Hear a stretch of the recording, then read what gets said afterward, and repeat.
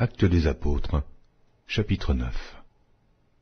Cependant, Saul, respirant encore la menace et le meurtre contre les disciples du Seigneur, se rendit chez le souverain sacrificateur. Il lui demanda des lettres pour les synagogues de Damas, afin que, s'il trouvait des partisans de la nouvelle doctrine, hommes ou femmes, il les amenât liés à Jérusalem. Comme il était en chemin et qu'il approchait de Damas, tout à coup, une lumière venant du ciel resplendit autour de lui.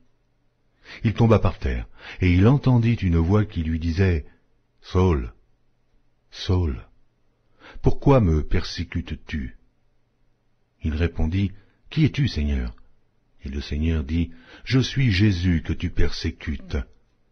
Il te serait dur de reguimber contre les aiguillons. » Tremblant et saisi d'effroi, il dit « Seigneur, que veux-tu que je fasse » Et le Seigneur lui dit « Lève-toi, entre dans la ville, et on te dira ce que tu dois faire. » Les hommes qui l'accompagnaient demeurèrent stupéfaits.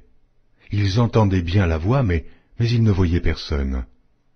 Saul se releva de terre, et, quoique ses yeux fussent ouverts, il ne voyait rien. On le prit par la main, et on le conduisit à Damas.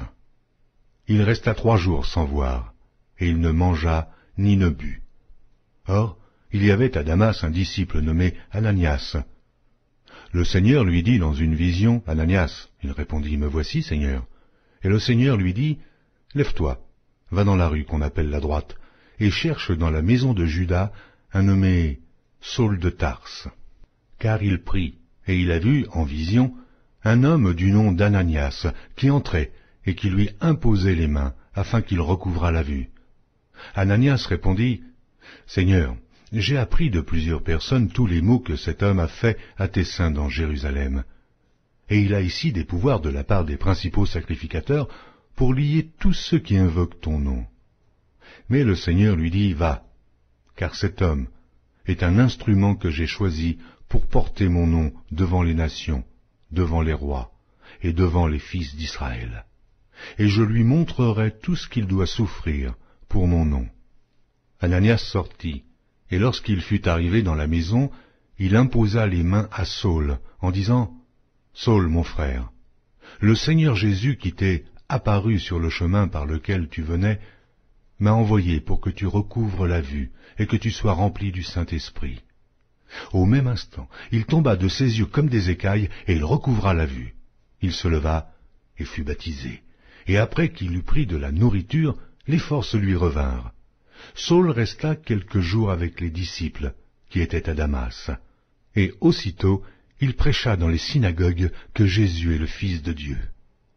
Tous ceux qui l'entendaient étaient dans l'étonnement et disaient, « N'est-ce pas celui qui persécutait à Jérusalem ceux qui invoquent ce nom? Et n'est-il pas venu ici pour les emmener liés devant les principaux sacrificateurs ?»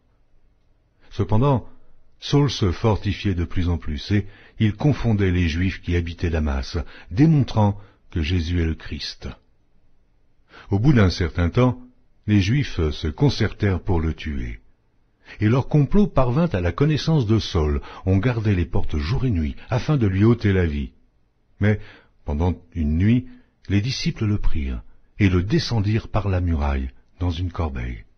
Lorsqu'il se rendit à Jérusalem, Saul tâcha de se joindre à eux, mais tous le craignaient, ne croyant pas qu'il fût un disciple. Alors Barnabas, l'ayant pris avec lui, le conduisit vers les apôtres, et leur raconta comment, sur le chemin, Saul avait vu le Seigneur, qui lui avait parlé, et comment, à Damas, il avait prêché franchement au nom de Jésus. Il allait, venait avec eux dans Jérusalem, et s'exprimait en toute assurance au nom du Seigneur. Il parlait aussi et disputait avec les hellénistes, mais ceux-ci cherchaient à lui ôter la vie. Les frères, l'ayant su, l'emmenèrent à Césarée, et le firent partir pour Tarse. L'Église était en paix dans toute la Judée, la Galilée et la Samarie, s'édifiant et marchant dans la crainte du Seigneur, et elle s'accroissait par l'assistance du Saint-Esprit. Comme Pierre visitait tous les saints, il descendit aussi vers ceux qui demeuraient à Lyde. Il y trouva un homme nommé Énée, couché sur un lit depuis 8 ans et paralytique. Pierre lui dit, « Énée, Jésus-Christ te guérit. lève-toi et arrange ton lit. Et aussitôt il se leva. Tous les habitants de Lyde et du Saron le virent, et ils se convertirent au Seigneur. Il y avait à Joppé parmi les disciples une femme nommée Tabitha, ce qui signifie Dorsa. Elle faisait beaucoup de bonnes œuvres et d'aumônes. Elle tomba malade en ce temps-là et mourut. Après l'avoir lavée, on la déposa dans une chambre haute. Comme Lyde est près de Joppé, les disciples, ayant appris que Pierre s'y trouvait, envoyèrent 2 hommes vers lui pour le prier de venir chez eux sans tarder. Pierre se leva et partit avec ces hommes. Lorsqu'il fut arrivé, on le conduisit dans la chambre haute. Toutes les veuves l'entourèrent en pleurant et lui montrèrent les tuniques et les vêtements que faisait Dorsa pendant qu'elle était avec elle. Pierre fit sortir tout le monde, se mit à genoux et pria. Puis, se tournant vers le corps, il dit « Tabitha, lève-toi ». Elle ouvrit les yeux, et ayant vu Pierre, elle s'assit. Il lui donna la main et la fit lever.